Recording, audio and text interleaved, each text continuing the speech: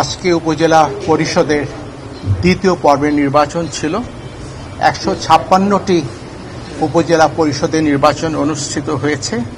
তার মধ্যে ব্যালটে হয়েছে 132টি আর ইভিএমের মাধ্যমে হয়েছে 24টি। 4টার সময় ভোট শেষ হয়েছে।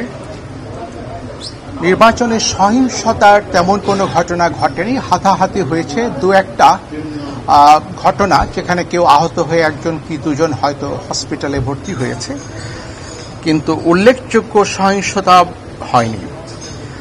নির্বাচনটা মোটামুটি ভালোই শান্তিপূর্ণভাবে অনুষ্ঠিত হয়েছে এবং নির্বাচনে উপস্থিতির যে হার সেটি এ পর্যন্ত আমরা যেটা পেয়েছি এটি 30+ হতে পারে এখন পর্যন্ত। তবে একেবারেই সঠিক নির্ভুল তথ্য হয়তো আপনারা আগামীকাল হয়তো পাবেন।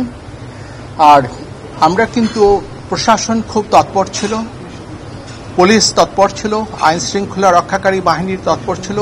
আপনারা জানেন যে এবার প্রতিটি কেন্দ্রে আইন শৃঙ্খলা রক্ষাকারী বাহিনীর সংখ্যা পর্যাপ্ত ছিল, কারণ আমরা স্ট্যাগার্ড ম্যানারে নির্বাচনগুলো অনুষ্ঠান করছি, মোট 4টি পর্বে। সাংবাদিকদের সহযোগিতা পেয়েছি এবং আমরা যেটা সবসময় বলে থাকি, আমরা টিভিতে তাকিয়ে থাকি, আপনারা যে তথ্যগুলো ওখানে দেন সেগুলো আমরা দেখি। মিডিয়া যে ভূমিকা, আমরা এটাও শুনেছি মিডিয়ার কিছু কর্মীও আহত হয়েছেন কোথাও কোথাও।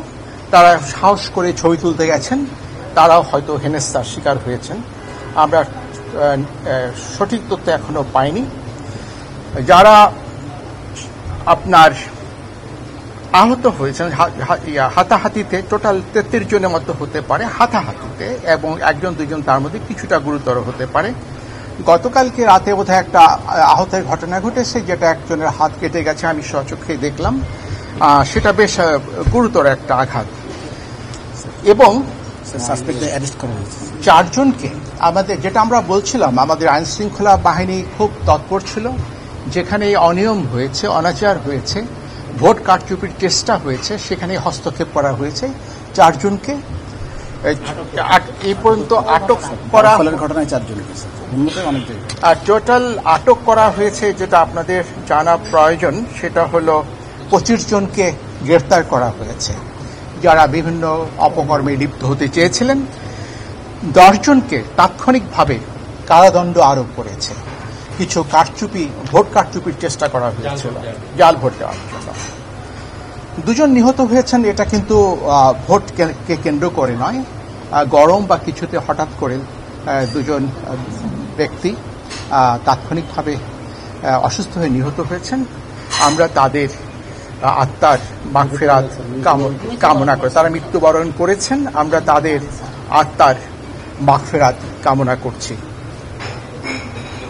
কেন্দ্র ছিল 13,155টি। টোটাল ভোটারের সংখ্যা ছিল 3,52,00,000। তারপর চেয়ারম্যান পদে প্রার্থিতা করেছেন 603 জন, ভাইস চেয়ারম্যান পদে প্রতিদ্বন্দ্বিতা করেছেন 693 জন। মহিলা ভাইস চেয়ারম্যান পদে প্রতিদ্বন্দ্বিতা করেছেন 528 জন। কক্ষ ছিল, কেন্দ্রের পরে যে কক্ষ, 91,589টি কক্ষে ভোট গ্রহণ করা হয়েছিল। মোটামুটি এটাই ছিল আমার তরফ থেকে আপনাদেরকে প্রদান করার মতো তথ্য আজকের নির্বাচন প্রসঙ্গে। স্যার, প্রথম ধাপে 34% ভোট কাস্টিং হয়েছিল। ওই সময় আপনি বলেছিলেন যে বৈরী আবহাওয়া এবং ধান কাটার কারণে ভোট কম পড়েছে। আজকে যখন 30% বেশি ভোট পড়ে, স্যার আজকে কি বলবেন স্যার, কি কারণে ভোট কাস্টিং কম হলো? এটার বিশ্লেষণ দেখেন, নিঃসন্দেহে আমি ব্যক্তিগতভাবে 30% ভোটকে কখনোই খুব উৎসাহব্যঞ্জক মনে করি না। একটা বড় প্রধানতম কারণ হতে পারে, দেশের একটা বড় রাজনৈতিক দল তারা প্রকাশ্যে এবং ঘোষণা দিয়ে ভোট বর্জন করেছে এবং জনগণকে ভোট প্রদানেও নিরুৎসাহিত করেছে। যে কোনো গণতান্ত্রিক দেশে ব্যবস্থায় এই ধরনের চেষ্টা হতে পারে, মানে পক্ষ বিপক্ষ থাকতে পারে। তো আমাদের ভোট নিয়ে কোনো সংকট নেই, সংকটটি হচ্ছে রাজনীতিতে। আমি মনে করি রাজনীতি যদি আরো সুস্থ ধারায় প্রবাহিত হয়, আগামীতে হয়তো ভোটের যে স্বল্পতার যে সমস্যাটুকু, এগুলো কাটিয়ে উঠবে। যে কোনো গণতান্ত্রিক দেশে যারা ভোটার তাদেরকে স্বশাসন বুঝতে হবে। স্বশাসনটা হচ্ছে নিজেই নিজেকে শাসন করবে তাদের নির্বাচিত প্রতিনিধিদের মাধ্যমে। এটা হচ্ছে সচেতনতা, এটাই হচ্ছে গণতন্ত্রের একটি গুরুত্বপূর্ণ শিক্ষা।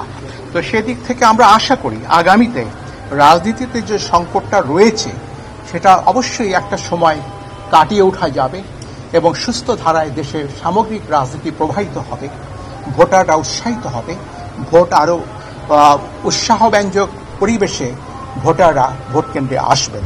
জি, একটা আপনার দায়িত্ব নেওয়ার পর থেকে সাংবাদিকদের দায়িত্ব পালন করে নানা ধরনের নতুন করে আপনারা বাড়িয়েছেন, কিন্তু যতটুকু বাড়িয়েছেন ততটুকু মাঠ পর্যায়ে গিয়ে সাংবাদিকরা দায়িত্ব পালন করতে পারে না।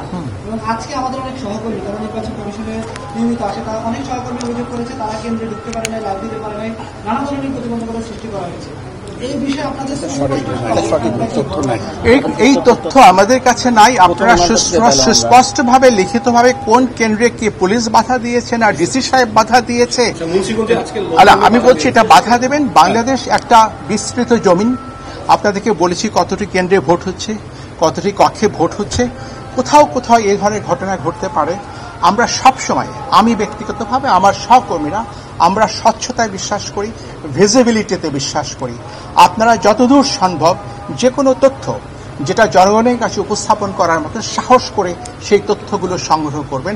আমাদের সাপোর্ট আপনাদের প্রতি থাকবে। যদি এই তথ্যগুলো সঠিক হয়ে থাকে আমরা আমাদের তরফ থেকে দেখব আমরা আপনাদের কোনো উপকারে আসতে পারি। খুলনা এবং বরিশাল ডিভিশনে একজন সাংবাদিককে বাধা দেওয়া হয়নি, তারা নির্দ্বিধায় সুন্দর করে করা হয়েছে।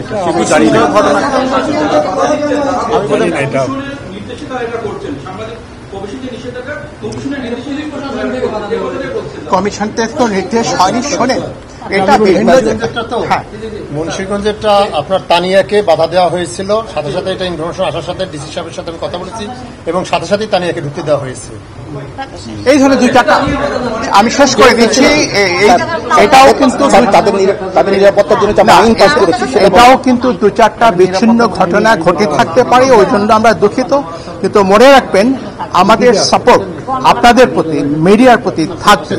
আমরা আপনাদের যে নিরাপত্তার জন্য আইনেও বিধান করেছি যাতে আপনারা স্বাধীনভাবে দায়িত্ব পালন করতে পারেন। ধন্যবাদ।